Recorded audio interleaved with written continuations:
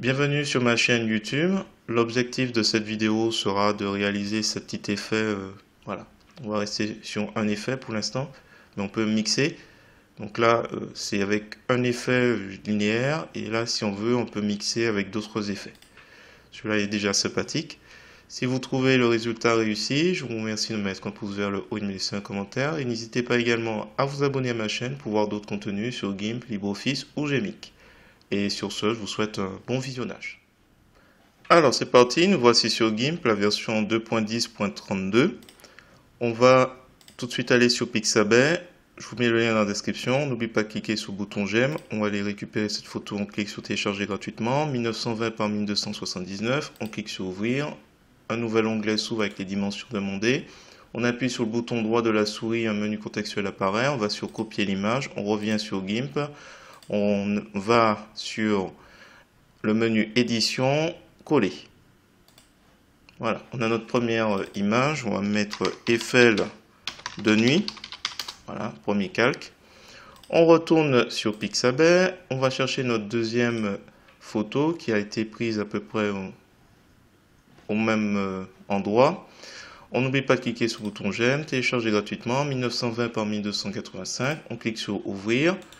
Un clic sur le bouton droit de la souris fait apparaître un menu contextuel. On va sur copier l'image. On revient dans l'éditeur d'image GIMP. On fait édition, coller comme, nouveau calque. Donc là, du coup, on a ce calque qui se met au-dessus. Et on va l'appeler Eiffel de jour. Donc une fois qu'on a fait ces deux éléments, on va tenter de superposer les deux tours Eiffel. Donc on est sur Eiffel de jour, on descend l'opacité, on fait CTRL molette de la souris pour zoomer au plus près. Et je vais prendre comme point de référence le haut de la tour et ce bâtiment. Donc là, vous avez le choix. Soit vous êtes super doué et vous utilisez tout de suite l'outil de mise à l'échelle, puisqu'il y a à la fois la mise à l'échelle et le déplacement. Ou là, pour le coup, je vais prendre l'outil déplacement. Et donc là, grâce au fait que l'opacité a été réduite à peu près 50%, donc 46 chez moi, je vais pouvoir utiliser. Alors, quand vous utilisez l'outil de déplacement, une petite précision, dans les options de l'outil, vous vous assurez que vous avez bien déplacé un calque et que c'est bien pointé un calque. Donc ici, moi, c'est Eiffel de jour. Donc il déplace Eiffel de jour. J'appuie sur le bouton du milieu pour descendre et choper un peu. Alors je vais me baser un peu sur le bâtiment en dessous d'abord. Hop. Je crois que c'est les invalides. Précisément dans les commentaires si j'ai bon. Normalement c'est bon. Hop, ça c'est bon. Là on voit que notre tour est un petit peu grande. Donc là on va passer à notre deuxième outil, l'outil de mise à l'échelle. Dans les options de cet outil, on s'assure qu'on va bien travailler sur le calque, que la direction c'est normal, que le type d'interpolation c'est cubique, qu'on a bien coché tout ce qui est aperçu, et on a décoché conserver le rapport et autour du centre, puisqu'on va le déformer légèrement. Et autour du centre, non, parce qu'en fait, c'est ce petit bâtiment qui est notre point de référence. Donc là, je fais CTRL molette de la souris, et je clique ici, et je vais maintenant réduire un peu sur la gauche. Donc ça va sûrement dépasser un petit peu, parce que c'est pas exactement. Et un petit peu au-dessus, un petit peu, pas trop, au milieu. J'écrase donc sur le bouton du milieu de la souris pour me déplacer. Et normalement, je vérifie.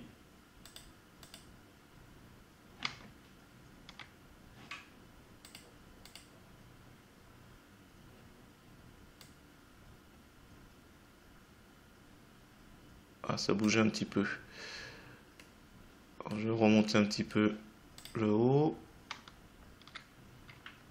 Alors, c'est pas évident, mon point de contrôle est en bas. 3 fois rien, puisque c'est la tour qui est importante. Voilà, vous voyez, c'est à peu près pareil.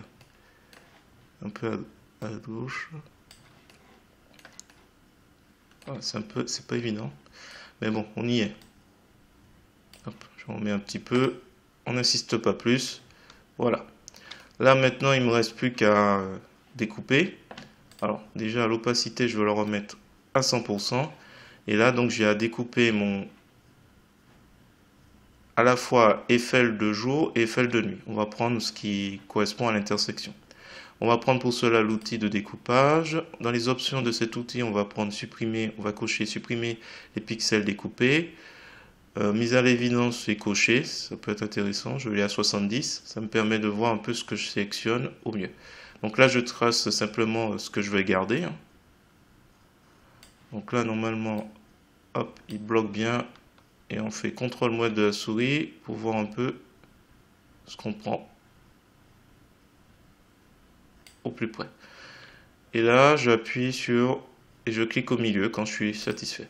Hop, là il m'a tout découpé. Et du coup, j'ai mes deux tours Eiffel qui sont superposées. Enfin, presque. Voilà. On n'oublie pas d'enregistrer. Je vais faire fichier enregistrer sous. Donc le fichier XCF. Eiffel de jour et de nuit. Je l'enregistre dans mon répertoire.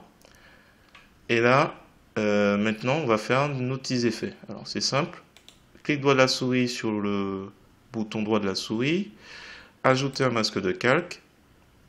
On va mettre blanc opacité complète. Ajouter. On va ensuite aller sur l'outil de dégradé. On va prendre les couleurs noir et blanc. Donc, c'est les couleurs par défaut. Et donc dans outil de dégradé, on s'assure que dans les options de cet outil, on est à l'opacité à 100%, qu'on a choisi PPVRAP, alors hop, on ne lit pas mais c'est bordure, c'est celui-là.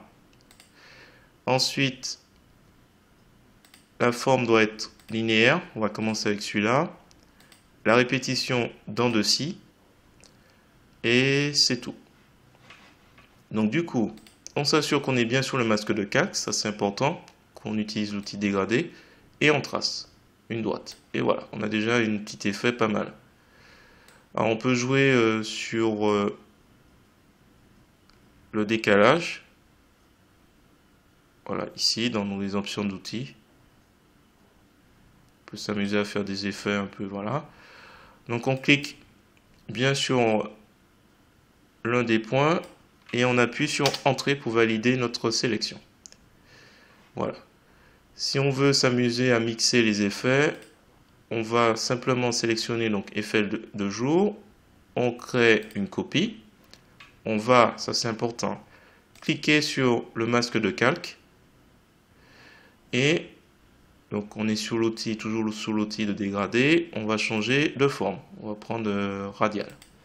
Radial c'est sympa aussi, donc là je vais, voilà, et on va obtenir des effets sympas.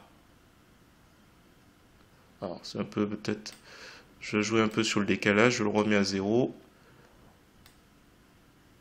Et du coup voilà, on peut s'amuser à chercher des formes un peu sympas.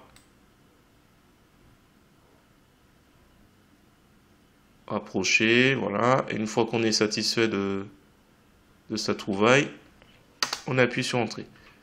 Voilà. Et je peux m'amuser comme ça à mixer les effets. Alors s'il faut, on va renommer. Là par exemple, j'ai mis radial. Hop. Radial. Ici j'avais mis linéaire.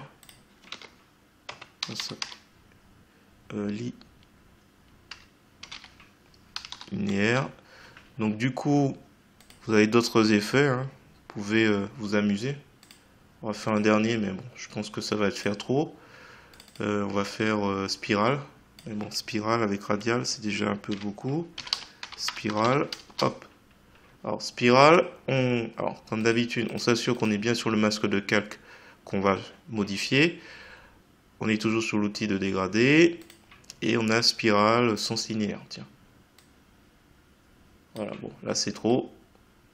Je pense que au bout de 2, c'est déjà pas mal. Je réduis un petit peu, mais voilà.